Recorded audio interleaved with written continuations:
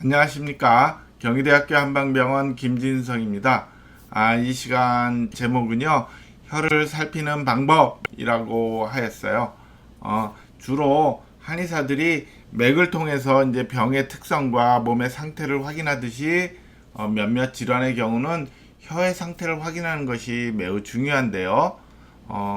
특히나 오늘의 주제와 관련돼서 입안 내 화끈거리는 통증이 있는 경우 이를 확인하기 위해서도 그렇고 병의 특성을 확인하기 위해서도 더욱더 한의사들이 시행하는 설진이라는 진단 방법이 매우 중요합니다.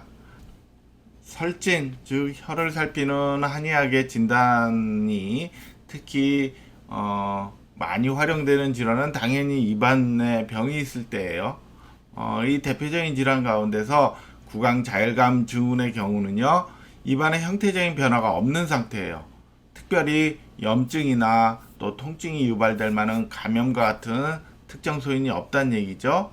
이러한 상태에서 혀를 비롯한 입안 점막 부위에서 화끈거리는 듯한 통증이 지속적으로 나타나는 병이다라고 볼 수가 있는데, 이 병의 경우 기본적인 전제 조건은 형태적인 변화가 없는 상태라는 것이죠.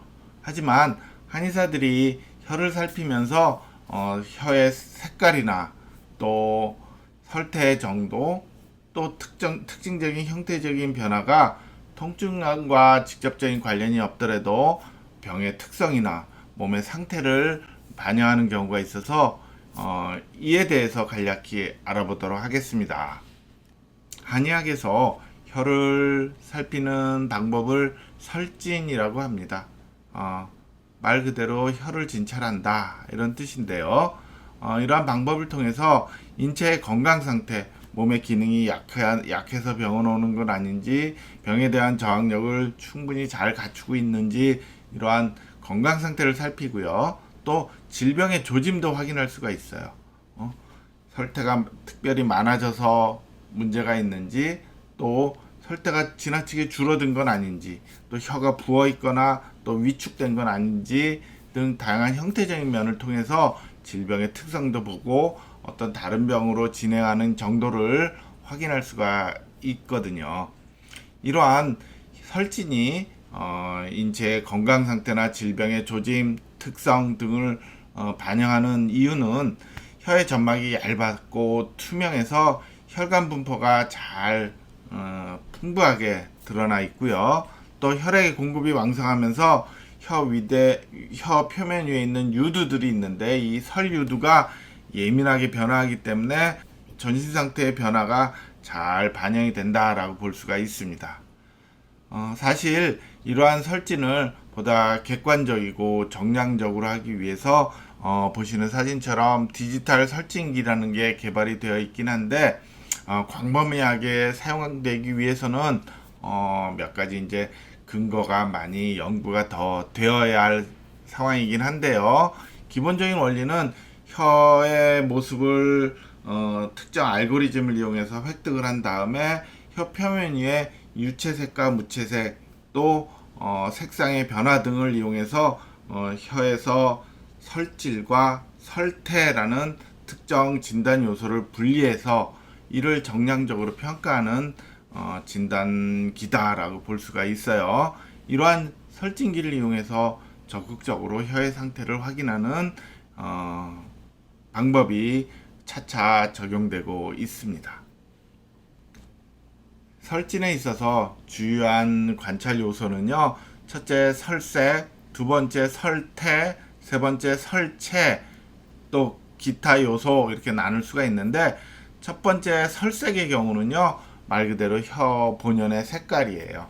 원래 다몽하다고 그래서 약간 옅은 붉은 기운을 띠고 있는데, 이 혀의 붉은색이 지나치게 강해지면 그러면 몸에 열이 있는 건 아닌지 이렇게 판단하는 하나의 근거가 될 수 있고요.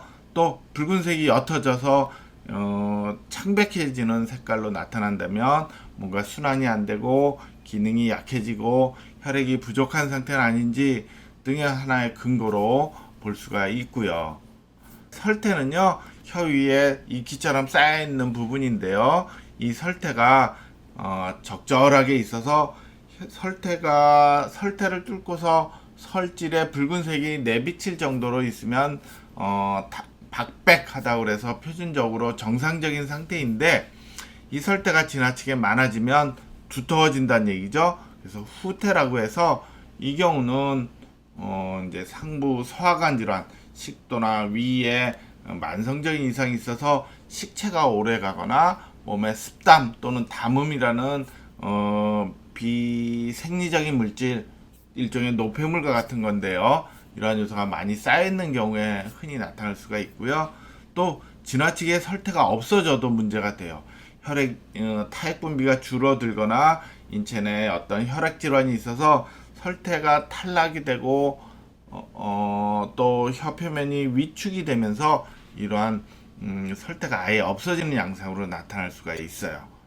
또 세 번째, 설체라고 그래서 혀의 본연의 형태적인 면도 살피가 되는데, 혀가 지나치게 부어 있는 경우는 혀가 커지니까 입안에 양옆에 있는 치아와 맞닿으면서 혀 가장자리에 치은이라고 해서 이빨 자국이 현저해지는 경우도 있을 수 있고, 또 반대로 혀가 이제 위축이 돼서 설눈이라는 상태가 되기도 하고요. 또 혀 측면에 정맥이 지나치게 드러나 있는 경우도 있을 수가 있어요. 이러한 형태적인 이상이 있을 경우 특정 병의 상태가 아닌지 확인하는 하나의 단서가 될 수가 있어요. 이와 같은 요소들이 절대적인 건 물론 아니고 다른 진단 요소와 같이 결합해서 판단하는 것이 반드시 중요하겠죠. 그 외에 기타 요소로서 지도 모양의 혀도 있을 수 있어요. 보시는 사진처럼 설태가 군데군데 탈락되어 있는 모습인데요.